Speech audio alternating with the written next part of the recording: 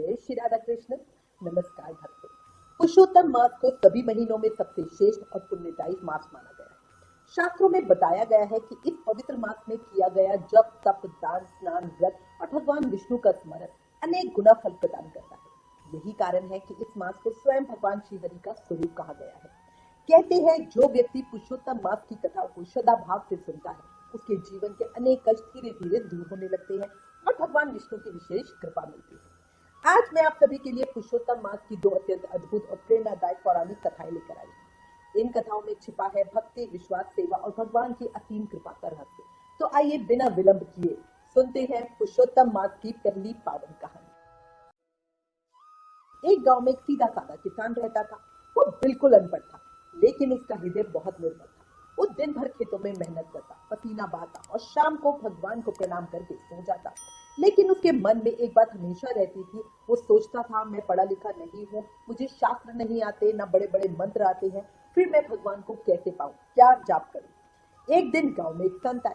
किसान उनके पास पहुंचा और हाथ जोड़कर बोला, गुरुदेव, मुझे ईश्वर का कोई ऐसा नाम बता दीजिए जिससे मैं काम करते करते भी जप सकूं, जिससे मेरे खेत का काम भी चलता रहे और मेरा परलोक भी सुधर जाए। संत उसकी सरलता देख के बहुत प्रसन्न हुए और उन्होंने कहा, बेटा, तुम अंग मोचन नाम का जाप किया करो। किसान ने सर झुकाकर कहा, जैसे आपकी आज्ञा गुरुदेव। अब उस दिन से किसान दिन रात अंग मोचन जपने लगा। हल चलाते समय भी, बीज बोते समय भी, पशुओं को चारा देते समय भी, खाते समय भी, उठते समय भी, सोते समय भी, बस उसकी जिह्वा पे भगवान का यही नाम रहता।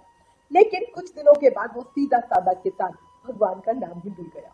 अब उसकी जुबान से अंग मोचन की जगह धम मोचन निकलने लगा। उसे लगा शायद यही नाम है। अब वो दिन रात उसी नाम का जप करने लगा। आप कभी देखना ऐसा होता है ना, जब हम राम राम राम राम राम राम कहते हैं तो हमारे मुंह से मरा मरा मरा मरा मरा मरा मरा मरा निकलता है ना। तो जब हम स्पीड में बोलते हैं तो इसी तरह उस बेचारे किसान के साथ हो रहा था। धम मोचन, बस वो यही जप करता रहता।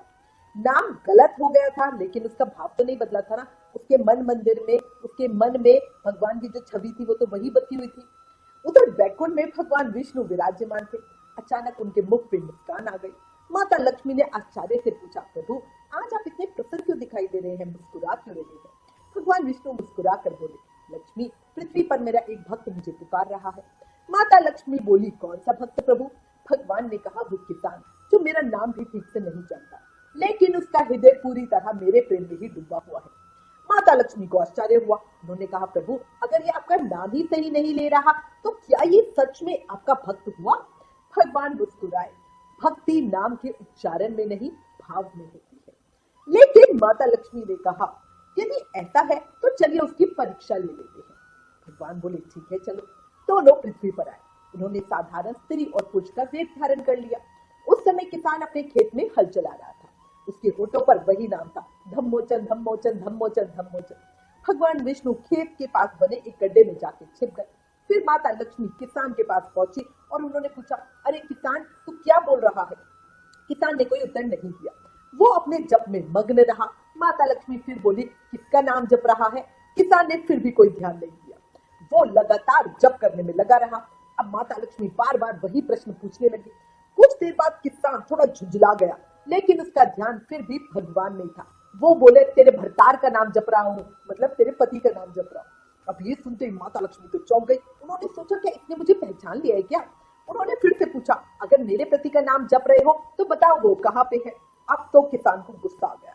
उसने खेत की ओर इशारा करते हुए कहा, यही कहीं किसी गड्ढे में छिपा होगा, जाकर ढूंढ ले। बस इतना सुनना था कि माता लक्ष्मी तो आश्चर्य में ही पड़ गई। वो तुरंत गड्ढे की ओर गई और बोली, प्रभु, अब बाहर आ जाइए, ये तो वास्तव में आपका सच्चा भक्त है।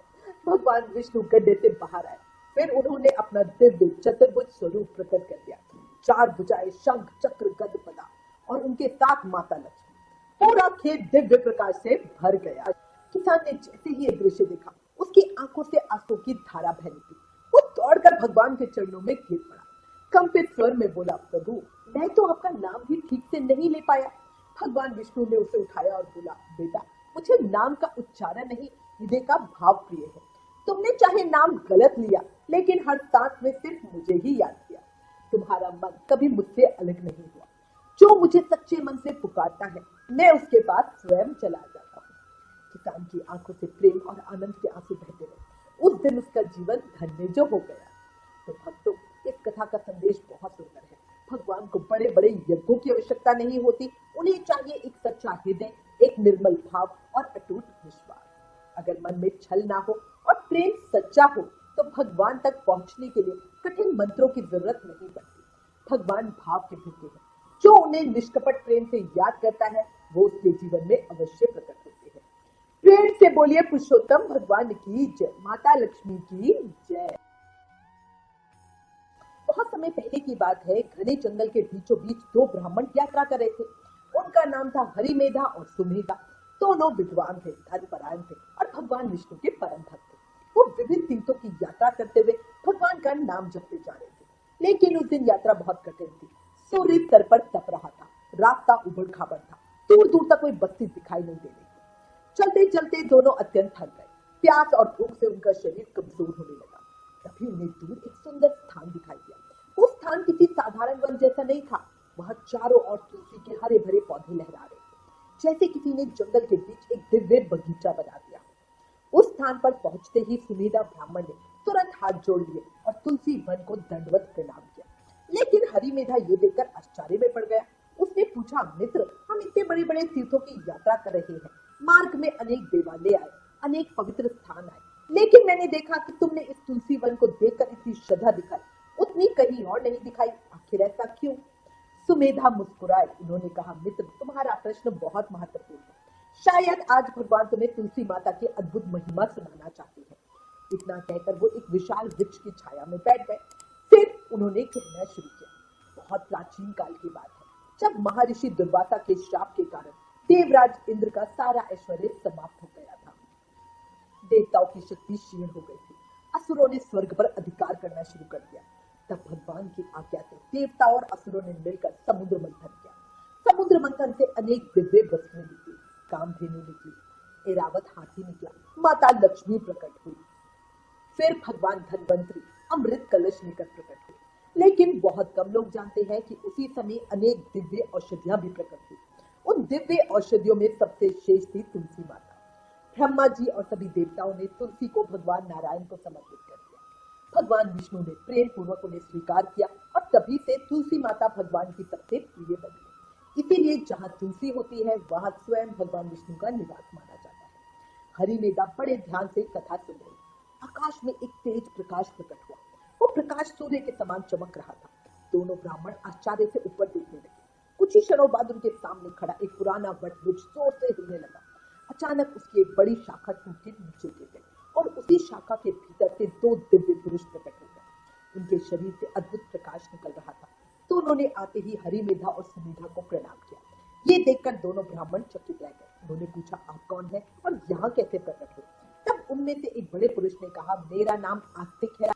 आज मैं हजारों वर्षों के बंधन से मुक्त हुआ। दोनों ब्राह्मणों की उत्सुकता और बढ़ गई।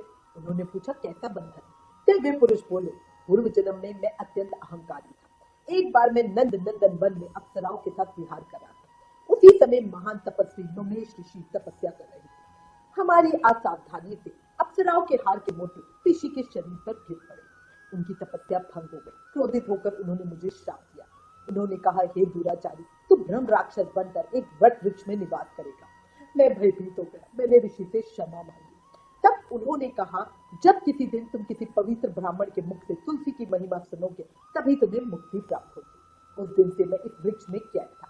सैकड़ों वर्ष बीत गए, ऋतुएं बदलती रही, पीढ़ियां बदलती रही, लेकिन मैं वहीं बंधा रहा। आज जब मैंने आपके मुख से तुलसी माता की महिमा सुनी, उसी क्षण मेरा श्राप समाप्त हो गया। इतना कहकर उसकी आंखों से कृतज्ञता के आंसू आ गए। तो निर्दिव्य पुरुषों ने पुनः ब्राह्मणों को प्रणाम किया। तभी आकाश से एक दिव्य विमान उतरा। गंधर्व भगवान का गुणगान कर रहे थे। दिव्य सुगंध चारों ओर फैल गई। कुछ ही क्षणों में वो दोनों दिव्य पुरुष विमान में बैठ के स्वर्गलोक की ओर प्रस्थान कर गए। हरिमेधा ये सब देखकर हैरान रह गए। अब उन्हें भी तुलसी माता की महिमा समझ में आ चुकी थी। उन्होंने तुरंत तुलसी वन के सामने हाथ जोड़े। उनकी आंखों से भक्ति के आंसू बहने लगे।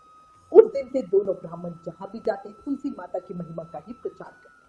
कहते हैं, विशेष रूप से पुरुषोत्तम मास में तुलसी पूजा, तुलसी सेवा, तुलसी कथा और तुलसी के समीप भगवान विष्णु का स्मरण करने से अनंत पुण्य फल प्राप्त होता है। क्योंकि तुलसी केवल एक पौधा नहीं है, वो स्वयं भगवान विष्णु की प्रिय शक्ति है। और जहाँ तुलसी वहाँ भगवान का आशीर्वाद अवश्य होता है। इसलिए पुरुषोत्तम मास में प्रतिदिन तुलसी को जल अर्पित करना, दीप जलाना और तुलसी माता की महिमा सुनना बहुत फलकारी होता है। कथा के अंत में श्री कृष्ण के श्री चरणों में आप सबके मंगल की कामना करती हूँ। कान्हा आपको सदैव बहुत खुश रखे, आपके जीवन भक्ति से भरा रहे, राधा रानी की करुणा आपके सर पर बनी रहे। प्रेम से बोलिए तुलसी माता की जय, भगवान श्री हरि विष्णु की जय, पुरुषोत्तम मास की जय। तो भक्तों, ये थी पुरुषोत्तम मास की दो दिव्य और पुण्यदायी कथाएं। इन दोनों कथाओं से हमें यही शिक्षा मिलती है कि भगवान केवल धन, वैभव या बाहरी दिखावे से प्रसन्न नहीं होते। वो केवल सच्ची श्रद्धा, निष्कपट भक्ति और सेवा भाव को देते हैं। जो भक्त पूरे विश्वास के साथ भगवान का स्मरण करता है, भगवान किसी न किसी रूप में उसकी सहायता अवश्य करते हैं। पुरुषोत्तम मास में यदि हम अपनी सामर्थ्य के अनुसार भगवान विष्णु का स्मरण करें, तुलसी पूजा करें, दान पुण्य करें, कथा सुने और दूसरों की सहायता करें, तो भगवान की विशेष कृपा प्राप्त होती है।